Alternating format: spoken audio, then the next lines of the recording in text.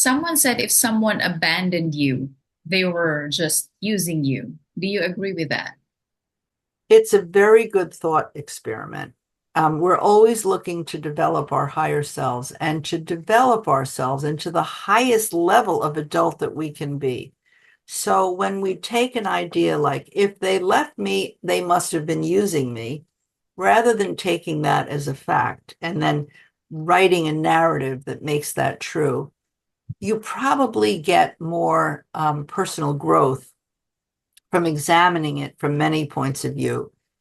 Were they always using me? Maybe they used me here and there, but were they always using me? And how about, was I also using them? Sometimes did I use them? Was there something about them that I was using, maybe self-esteem by proxy? And how about, do we use each other? Is that part of relationships? So if they left me, does it mean that they were always using me? When you really examine yourself along with a question and you're not looking to place blame and have a bad guy in the situation, you can gain a lot of personal growth and self-awareness, a lot of humility from that. When you've been left, you feel abandonment rage. It's perfectly natural because it's as if someone has stabbed you very painfully in your heart, and you feel the pain, and there's rage about that. So it is natural to want to paint the abandoner as bad and evil, to try to take some of the pain away. It's not all that effective, but it might make you feel at least a little bit like it's them, not me. It's their fault. Look what they did to me.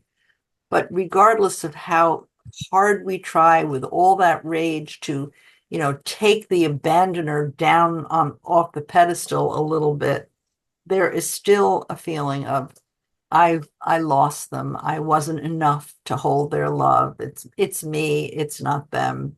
And they made me feel that way. So there is such a tendency to feel the rage and the need to blame the other person in order to, help you feel a little bit less diminished. But it's very difficult. The idea of taking the abandoner down off of its pedestal is very important because, ironically, the more a person hurts you by rejecting you, the higher up on a pedestal we put them. And it isn't because of some neurotic thing, it's because of the way the emotional brain is constructed.